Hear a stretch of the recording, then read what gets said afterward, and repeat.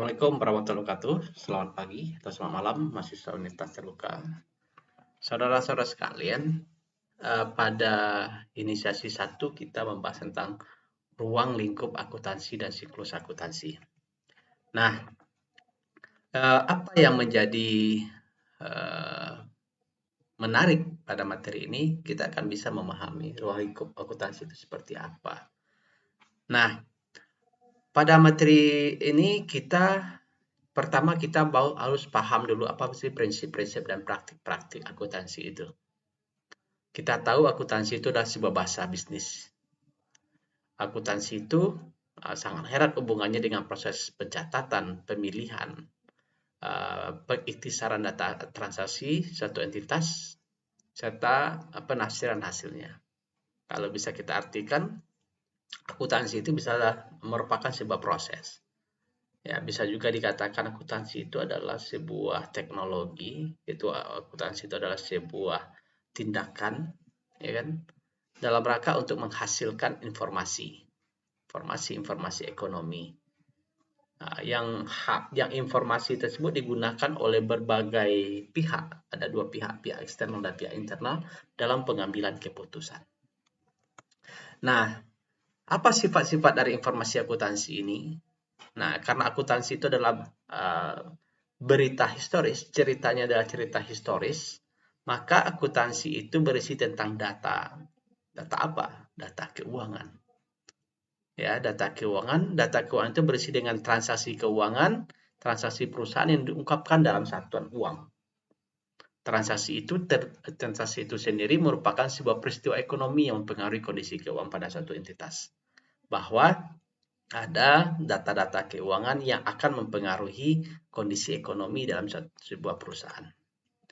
Nah, dari awal saya katakan tadi bahwa akuntansi itu adalah sebuah proses, ya, proses apa saja yang ada dalam pengelompokan, pencatatan, pengelompokan, peringkasan transaksi-transaksi ekonomi dalam rangka untuk menghasilkan informasi keuangan. Informasi itu nanti digunakan oleh si pemakai laporan keuangan. Ada dua pihak di sini, pihak internal dan pihak eksternal. Di sini diceritakan hanya pihak eksternal saja. Apa itu investor? Ya, orang yang akan menanamkan modal, orang yang memiliki uang karena dia tidak memiliki kemampuan untuk mengelolanya, supaya dia memiliki nilai, maka dia melakukan investasi pada sebuah perusahaan. Dari mana dia bisa yakin bahwa informasi perusahaan tersebut baik? Dari laporan keuangannya. Kemudian ada supplier, ya. Kemudian ada kreditur, ada karyawan, ada pemerintah. Nah, bisa jadi karyawan ini adalah yang membutuhkan informasi akuntansi dari pihak internal perusahaan. Nah, siapa yang menggunakan akuntansi? Ada pihak. Dan siapa yang menyusun laporan keuangan? Yang menyusun laporan keuangan adalah si pembuat laporan keuangan. Kemudian orang yang memiliki profesi di bidang akuntansi itu dikatakan dengan akuntan. Ya, akuntan ya. Jadi profesi di bidang akuntansi itu adalah akuntan. Dia adalah sebuah profesi yang dapat dibandingkan dengan profesi guru, ya, ini guru, dokter, insinyur, yang akan memberikan jasa akuntansi atas dasar honor atau para staf akuntan yang bekerja padanya dan berkecimpung dalam bidang akuntansi publik. Jadi akuntan itu ada akuntan internal, ya, berada dalam manajemen atau auditornya manajemen. Kemudian akuntan publik umum, akuntan publik dia melakukan pekerjaan di bidang akuntansi sifatnya umum. Kemudian ada akuntan pemerintah, kemudian ada akuntan pendidik dan sebagainya. Nah, ini spesialisasi bidang kompetensinya, ya, akuntansi itu. Akuntansi itu banyak, ya kata Pacioli, ya kan, suhunya akuntansi itu. Nah, akuntansi itu sudah bermetamorfosis, ya, istilahnya sudah berkembang, bukan lagi kepada konsep-konsep normatif saja, bukan lagi pada kajian-kajian angka-angka saja, kuantitatif saja, tetapi sudah mengarah kepada kajian-kajian kualitatif. Nah, ada bidang akuntansi keuangan. Ya, bidang akuntansi keuangan itu membahas tentang bagaimana saudara paham tentang standar akuntansi keuangan, karena kita tahu bahwa informasi akuntansi itu harus mengacu kepada kesepakatan umum. Ya, kesepakatan umum. Nah, kesepakatan itu tertuang berpedoman kepada standar. Ada namanya standar akuntansi, SAK. Dalam SAK itu terdiri dari bermacam-macam atau beberapa pernyataan-pernyataan yang mengatakan tentang bagaimana informasi akuntansi itu adalah informasi yang baku, mengacu kepada prinsip akuntansi berguna umum atau berbasis umum dan sebagainya. Kemudian ada akuntansi biaya. Kalau kita perusahaannya adalah perusahaan manufacturing, perusahaan memproduksi ya, maka kita akan bahas tentang akuntansi biaya. Nah, akuntansi manajemen. Ya, ada akuntansi manajemen adalah akuntansi yang menciptakan nilai perusahaan, bagaimana perusahaan itu bisa bersaing, ya, bagaimana dia bisa mengambil sebuah keputusan cepat. Otomatis kita membahas dalam akuntansi manajemen ini. Kemudian ada auditing.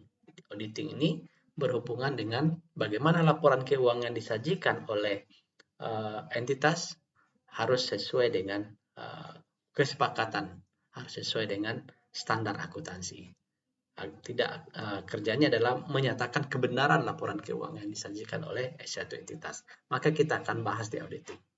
Nah, akuntansi itu adalah sebuah sistem. Sistem itu adalah sebuah rangkaian kerja yang saling keterkaitan satu sama lain dalam menghasilkan informasi. Sebuah sistem tidak akan berjalan dengan baik apabila ada sebuah prosedur yang tidak dilakukan dengan sempurna. Maka dibahas tentang sistem akuntansi, membahas, mengkaji, mendalami tentang desain sebuah informasi akuntansi. Ada akuntansi sektor publik, akuntansi yang dilakukan pada organisasi-organisasi sosial, organisasi-organisasi pemerintah, di mana lebih banyak menggunakan anggaran sebagai biaya untuk operasionalnya. Ya, dia menyusun anggaran dulu, ya, menyusun perencanaan, dianggarkan, kemudian mereka akan realisasikan. Bagaimana proses pertanggungjawabannya dengan menghasilkan informasi yang disampaikan di akhir periode akuntansi. Akuntansi sosial berhubungan bagaimana keyakinan manusia bahwa dunia ini akan punah. Jika tidak diselamatkan, maka nanti akan merugikan seluruh umat yang ada di bumi ini. Maka masuklah tentang kajian akuntansi sosial, atau kenal dengan, nanti kita akan bahas tentang CSR-nya perusahaan-perusahaan besar dalam rangka untuk pertanggungjawaban sosialnya kepada masyarakat, kepada lingkungannya, kepada bumi, ya. Kemudian ada akuntansi pemerintahan.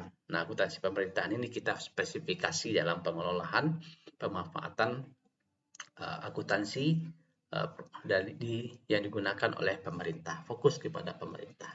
Nah, inilah spesialisasi bidang akuntansi. Nah, kita bahas tentang konsep dasar akuntansi. Konsep dasar akuntansi itu adalah bagaimana kita memahami yang namanya business entity, ya, business entity. Kemudian bagaimana kita memahami konsep harga pokok atau dikenal dengan cost. Bagaimana nanti kita memperlakukan, ya, transaksi, pencatatan transaksi itu, apakah kita menggunakan, ada dua basis, ya. Ada basisnya cash, ada basisnya accrual. Kedua basis pencatatan ini akan mempengaruhi hasil laporan keuangan, akan mempengaruhi informasi keuangan.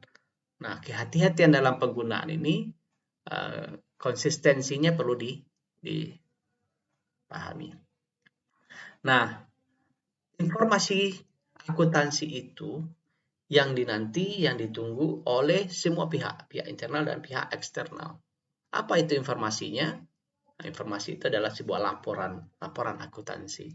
Laporan akuntansi itu ada neraca, ada laba rugi, ada laporan perubahan ekuitas, ada laporan arus kas, ada catatan atas laporan keuangan.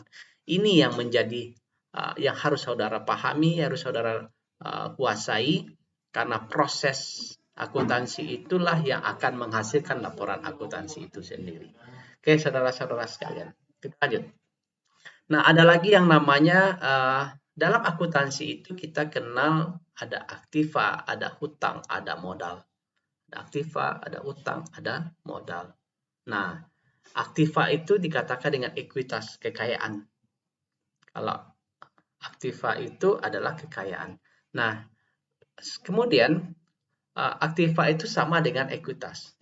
Ya, aset kita itu sama dengan ekuitas.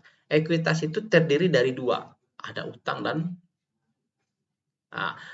ekuitas itu bisa bersumber dari mana? Dari modal kita sendiri atau kita pinjam.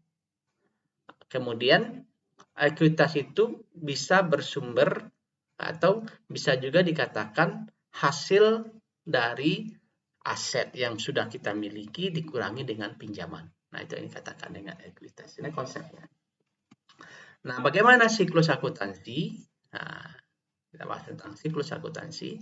Nah, untuk siklus akuntansi saya akan atasi nanti di pertemuan atau sesi presentasi berikutnya. Oke, itu kira-kira.